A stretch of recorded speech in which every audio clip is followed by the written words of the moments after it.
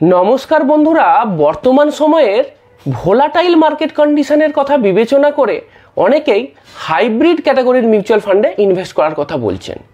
তো আজকে আমার এই ভিডিওতে আমরা জানবো যে হাইব্রিড মিউচুয়াল ফান্ড কি, হাইব্রিড মিউচুয়াল ফান্ডে কোন কোন অ্যাসেটেতে ইনভেস্ট করা হয়, হাইব্রিড মিউচুয়াল ফান্ডের ডিফারেন্ট ক্যাটাগরি সম্বন্ধেও জানবো এবং প্রতিটা ক্যাটাগরি থেকে কীরকম রিটার্ন এক্সপেক্ট করতে পারেন এবং ওই ক্যাটাগরির ভালো কতগুলো মিউচুয়াল ফান্ড সম্বন্ধেও আপনাকে বলবো।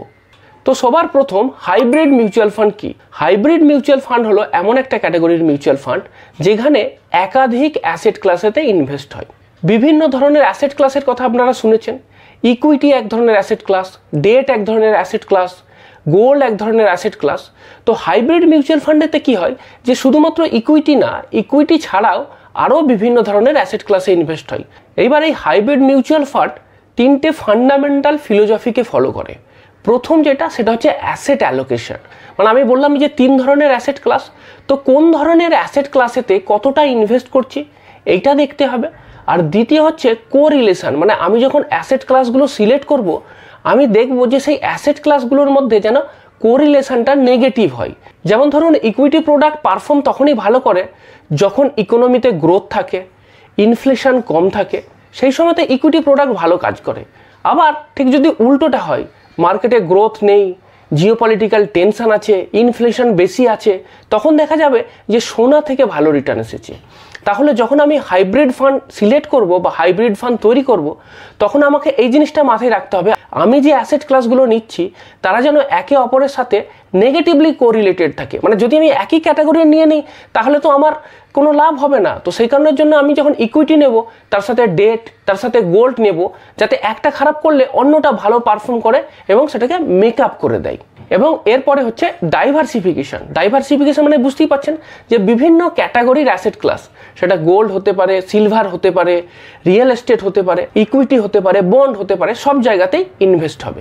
এইবার আপনাকে চারটে মেজর ক্যাটাগরির হাইব্রিড ফান্ড সম্বন্ধে বলি। প্রথম যেটা সেটা হচ্ছে কনজারভেটিভ হাইব্রিড ফান্ড।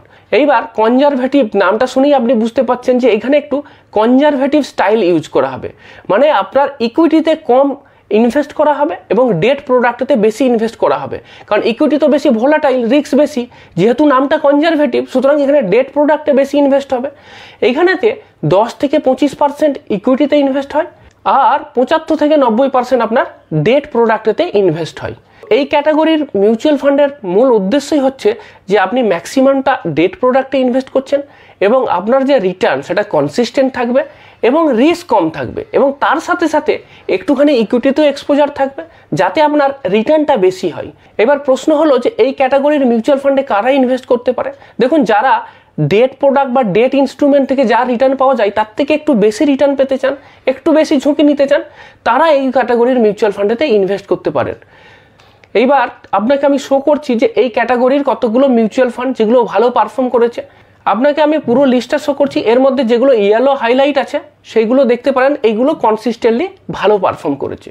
এরপরের যে হাইব্রিড ফান্ডের ক্যাটাগরি সেটা হচ্ছে অ্যাগ্রেসিভ হাইব্রিড ফান্ড। তো নামটাই শুনে বুঝতে পারছেন যে এখানে একটু অ্যাগ্রেসিভ স্ট্র্যাটেজি নিয়ে হবে, তার মানে ইকুইটিতে বেশি ইনভেস্ট হবে। তো এই ক্যাটাগরির হাইব্রিড ফান্ডে কি হয় যে 65 থেকে 80% পর্যন্ত ইকুইটি প্রোডাক্টে ইনভেস্ট হয় এবং 20 থেকে 35% পর্যন্ত ডেট প্রোডাক্টে ইনভেস্ট হয়। যেহেতু ইকুইটি প্রোডাক্টে বেশি ইনভেস্ট হয় সুতরাং এখানে ঝুঁকি বেশি, কিন্তু আবার সেই তুলনায় রিটার্নটাও বেশি পাওয়ার সম্ভাবনা আছে। সুতরাং যারা রিস্ক নিতে চান তারা এই অ্যাগ্রেসিভ হাইব্রিড ফান্ডে ইনভেস্ট করতে পারেন। এইবার এই অ্যাগ্রেসিভ হাইব্রিড ক্যাটাগরির কতগুলো ফান্ডের নাম আপনাকে আমি লিস্টে শো করছি, আপনি দেখে নিন যে ফান্ডগুলো কনসিস্টেন্টলি ভালো পারফর্ম করেছে সেগুলো আপনি ইনভেস্ট করতে পারেন। এরপরে 3 নম্বর যেটা সেটা হচ্ছে ডিনামিক অ্যাসেট অ্যালোকেশন ফান্ড বা ব্যালেন্সড অ্যাডভান্টেজ ফান্ড। এর আগের যে দুটো হাইব্রিড ফান্ডের কথা বললাম সেখানে দেখবেন যে ডেট আর ইকুইটি কতখানি ইনভেস্ট হবে তার কিন্তু একটা পার্টিকুলার রুল আছে যে এত % অ্যালোকেশন আছে। কিন্তু এই ডিনামিক অ্যাসেট অ্যালোকেশনে কি হচ্ছে, এখানে কিন্তু আপনি চাইলে মার্কেট কন্ডিশনের উপর বেস করে আপনার এই ইকুইটি অথবা ডেট এক্সপোজারটা 0 থেকে 100% করতে পারেন।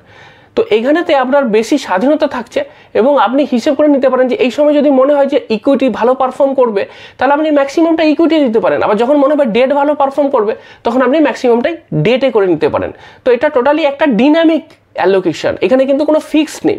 তো সেই জন্যই এর নাম হচ্ছে ডিনামিক অ্যাসেট অ্যালোকেশন ফান্ড বা ব্যালেন্সড অ্যাডভান্টেজ ফান্ড। এবার এই ক্যাটাগরির কতগুলো মিউচুয়াল ফান্ডের লিস্ট আপনাকে শো করলাম এবং সাথে সাথে তাদের পারফরমেন্সটা শো করছি। এবার আপনি দেখে নিন এর মধ্যে থেকে যেটা আপনার মনে হয় ভালো পারফর্ম করছে সেটা আপনি সিলেক্ট করতে পারেন। হাইব্রিড ক্যাটাগরিরই আরেকটা ফান্ড আছে, এটার নাম হচ্ছে মাল্টি অ্যাসেট অ্যালোকেশন ফান্ড।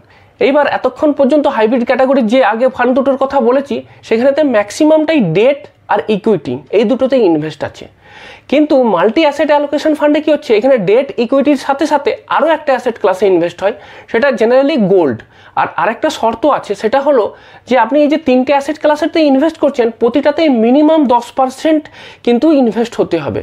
সুতরাং আপনি গোল্ডে ইনভেস্ট করলেও আপনাকে মিনিমাম 10% গোল্ড রাখতে হবে, ইকুইটিতেও মিনিমাম 10% ইকুইটি এবং ডেটেতেও মিনিমাম 10% থাকতে হবে যে কোনো সময়তেই।